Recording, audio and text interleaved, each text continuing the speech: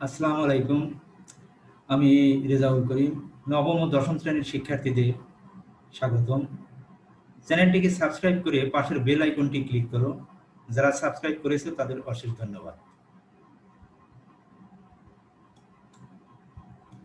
যা হোক, আজকের আলোচনার বিষয় সরকারি অর্থব্যবস্থার ধারণা, বাংলাদেশ সরকারের আয়ের উৎসসমূহ এবং বাংলাদেশ সরকারের ব্যয়ের খাতসমূহ।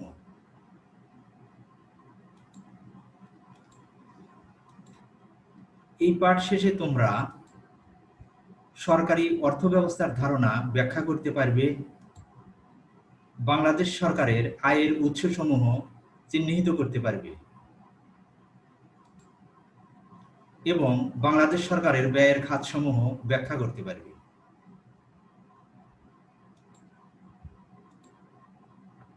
সরকারি অর্থব্যবস্থার ধারণা।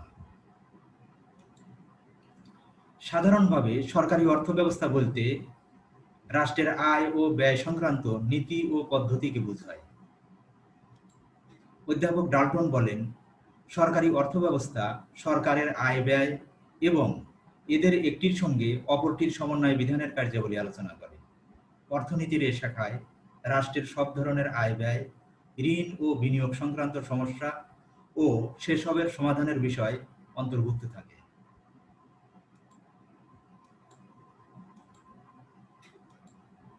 বাংলাদেশ সরকারের আয়ের উৎস। বাংলাদেশ সরকার জনকল্যাণ সাধন, প্রশাসন পরিচালনা ও আর্থসামাজিক উন্নয়নের জন্য বিপুল পরিমাণ অর্থ ব্যয় করে থাকে। এ ব্যয় নির্বাহের জন্য সরকারকে প্রচুর অর্থ আয় করতে হয়। বাংলাদেশ সরকারের আয়ের উৎসগুলোকে দুভাগে ভাগ করা যায়। একটি হচ্ছে কর রাজস্ব এবং অপরটি হচ্ছে কর বহির্ভূত রাজস্ব। কর রাজস্ব। বাংলাদেশ সরকার দেশের জনগণ, বিভিন্ন ব্যবসায় ও শিল্প কারখানার উপর যে কর ধার্য করে তাকে কর রাজস্ব বলে।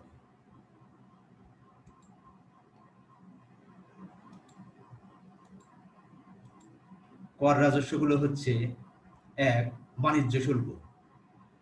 দেশের আমদানি ও রপ্তানিকৃত দ্রব্যের উপর যে কর ধার্য করা হয় তাকে বাণিজ্য শুল্ক বলে।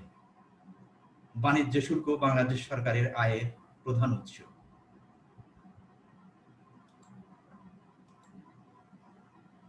দুই, আবগারি শুল্ক। দেশের অভ্যন্তরে উৎপাদিত ও ব্যবহৃত দ্রব্যের উপর যে কর ধার্য করা হয় তাকে আবগারি শুল্ক বলে। এছাড়াও বিভিন্ন ক্ষতিকর দ্রব্যের ভোগ হ্রাস করার জন্য আবগারি শুল্ক ধার্য করা হয়, যেমন চা, সিগারেট, চিনি, তামাক, কেরোসিন, ঔষধ, স্প্রিট, দিয়াশলাই, মদ, গাঁজা, আফিম প্রভৃতি উল্লেখযোগ্য।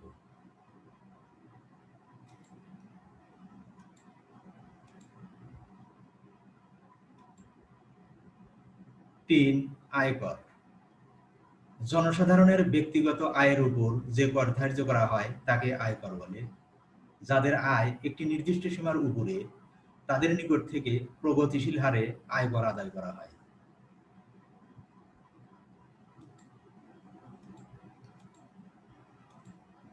চার, মূল্য সংযোজন কর।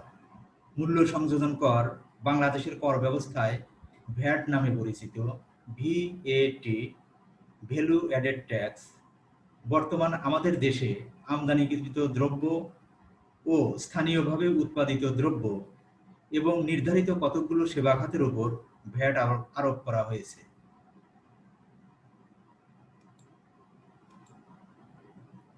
পাঁচ, সম্পূরক শুল্ক। অনেক দ্রব্য সামগ্রীর উপর আমদানি শুল্ক বা আবগারি শুল্ক বা ভ্যাট আরোপের পরও যে অতিরিক্ত শুল্ক আরোপ করা হয় তাকে সম্পূরক শুল্ক বলা হয়। এটি বাংলাদেশ সরকারের আয়ের অন্যতম প্রধান উৎস।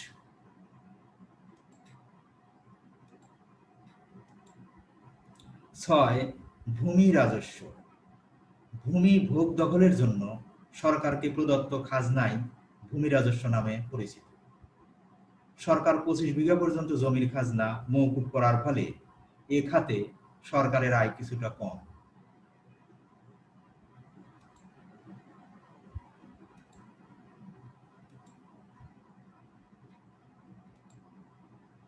7. নন জুডিশিয়াল স্ট্যাম্প। নন জুডিশিয়াল স্ট্যাম্প হচ্ছে বিচার বহির্ভূত কাজে যে স্ট্যাম্প ব্যবহার করা হয় সেই স্ট্যাম্পগুলোই হচ্ছে নন জুডিশিয়াল স্ট্যাম্প।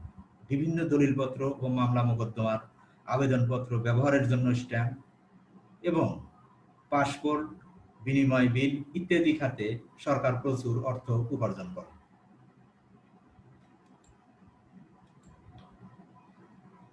8. রেজিস্ট্রেশন। বিভিন্ন দলিলপত্র রেজিস্ট্রি বা নিবন্ধন করার জন্য রেজিস্ট্রেশন ফি এবং মামলা মোকদ্দমার জন্য কোর্ট ফি প্রদান করতে হয়। এতেও সরকারের যথেষ্ট আয় হয়।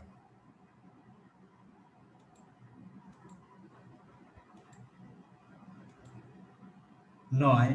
যানবাহন কর। বিভিন্ন প্রকার যানবাহন নিবন্ধনের জন্য প্রদত্ত করকে যানবাহন কর বলে। যানবাহন কর সরকারের আয়ের একটি উৎস।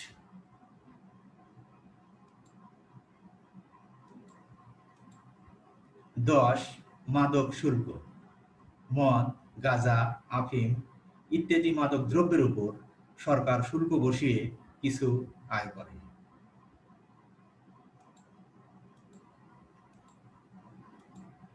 11. বিদ্যুৎ শুল্ক। বিদ্যুতের উপর আরোপিত শুল্ক থেকেও সরকারের আয় হয়। 12. অন্যান্য কর ও শুল্ক। উপরে বর্ণিত কর ও শুল্ক ছাড়াও আরো কিছু কর ও শুল্ক থেকে সরকার আয় করে। এর মধ্যে রয়েছে আমোদ প্রমোদ কর, সম্পত্তি কর, পেট্রোল ও গ্যাসের উপর শুল্ক, বিদেশ ভ্রমণের উপর শুল্ক, সেচ কাজ ও যন্ত্রপাতির উপর কর ইত্যাদি উল্লেখযোগ্য। কর বহির্ভূত রাজস্ব। বাংলাদেশ সরকার কর ও শুল্ক ছাড়াও আরো অনেক উৎস হতে রাজস্ব সংগ্রহ করে। এই উৎসগুলো হতে অর্জিত রাজস্বকে কর বহির্ভূত রাজস্ব বলে। যেমন: 1. লভ্যাংশ ও মুনাফা।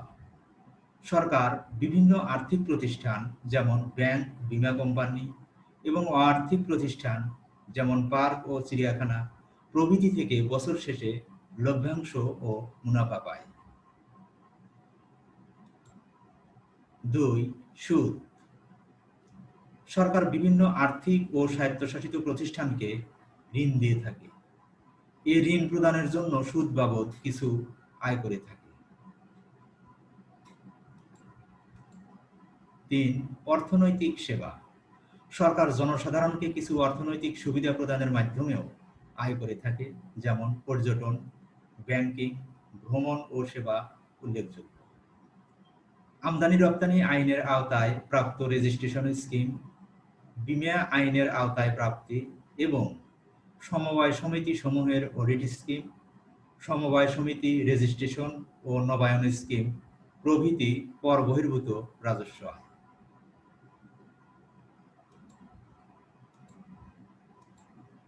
4. রেলওয়ে। রেলওয়ে সরকারি আয়ের একটি উৎস, তবে সুষ্ঠু ব্যবস্থাপনা নিশ্চিত হলে এ খাত থেকে অধিকতর আয় সম্ভব। 5. সাধারণ প্রশাসন।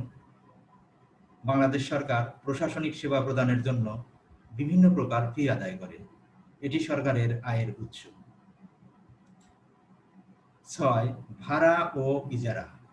সরকারি সম্পত্তি ভাড়া ও ইজারা দেওয়ার মাধ্যমেও সরকার আয় করে। 7. জরিমানা, দণ্ড ও বাজেয়াপ্তকরণ। জরিমানা, দণ্ড, বাজেয়াপ্তকরণ প্রভৃতির মাধ্যমে সরকার প্রতি বছর অর্থ আয় করে থাকে।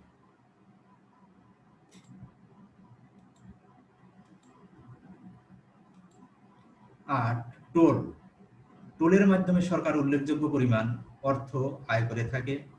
ব্রিজ, সেতু, কালভার্ট, ঘাট, পারাপার, হাটবাজার প্রভৃতি থেকে সরকার যে অর্থ আদায় করে তা টোল নামে পরিচিত।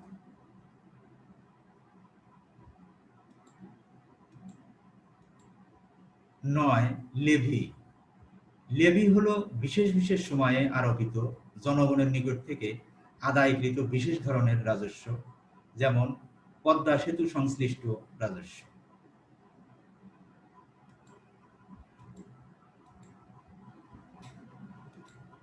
10, বন। বন থেকেও সরকার প্রচুর অর্থ আয় করে থাকে। বাংলাদেশের বনাঞ্চল থেকে কাঠ, বাঁশ, জ্বালানি, মধু, মোম ইত্যাদি বনজ সম্পদ বিক্রয়ের মাধ্যমে সরকার আয় করে।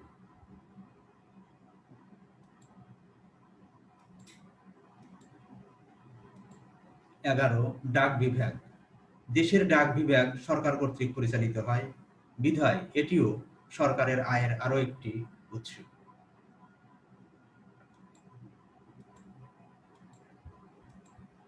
12, তার ও টেলিফোন।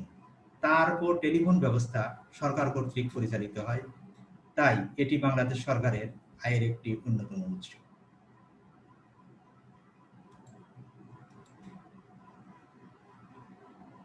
বাংলাদেশ সরকারের ব্যয়ের খাতসমূহ। বাংলাদেশ সরকার দেশের আর্থসামাজিক উন্নয়ন, ভৌত অবকাঠামো নির্মাণ, মানব সম্পদ উন্নয়ন ও দারিদ্র্য বিমোচনে বিপুল অর্থ ব্যয় করে থাকে। এছাড়া সরকারকে প্রশাসনিক, সামাজিক ও জনকল্যাণমূলক কর্মকাণ্ডে প্রচুর অর্থ ব্যয় করতে হয়।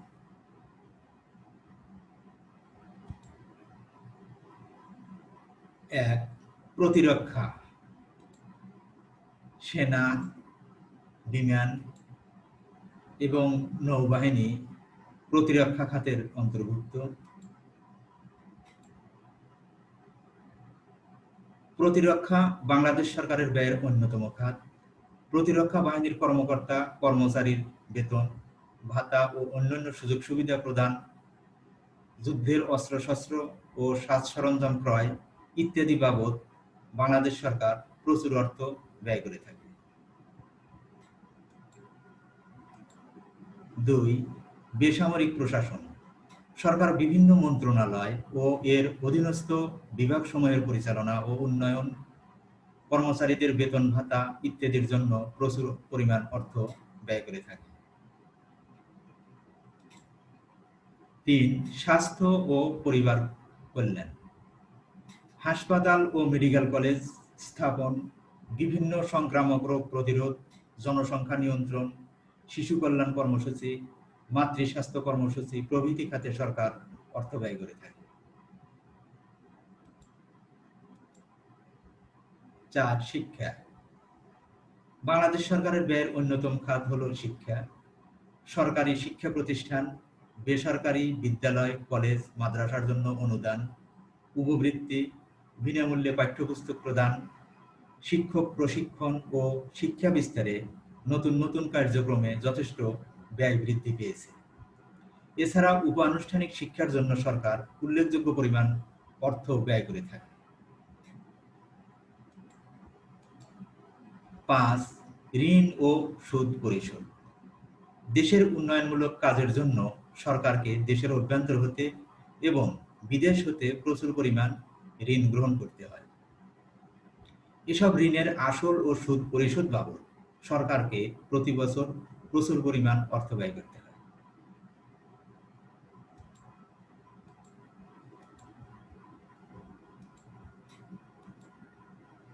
কৃষি, মৎস্য ও পশুপালন।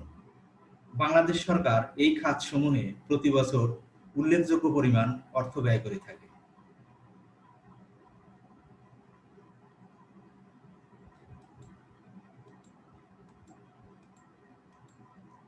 Police, Ansar, Border Guard Bangladesh.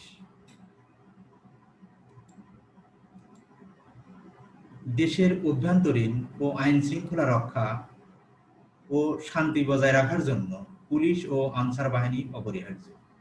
আবার সীমান্ত রক্ষা ও চোরাচালান রোধের জন্য বর্ডার গার্ড বাংলাদেশ গড়ে তোলা হয়েছে। এই 3 বৃহৎ বাহিনীর জন্য বাংলাদেশ সরকার প্রচুর অর্থ ব্যয় করে।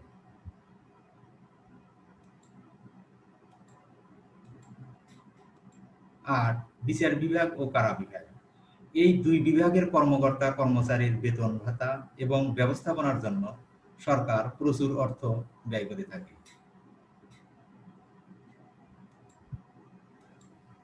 9 রাজস্ব আদায়কারী বিভাগসমূহ।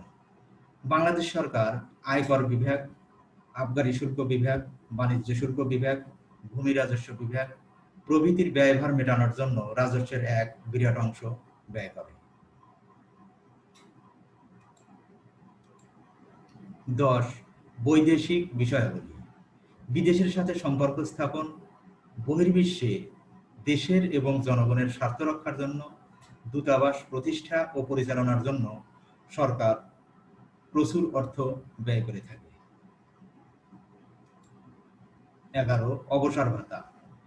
অবসরপ্রাপ্ত কর্মচারীদের অবসর ভাতা ও অন্যান্য সুবিধা প্রদানের জন্য সরকার প্রচুর অর্থ ব্যয় করে।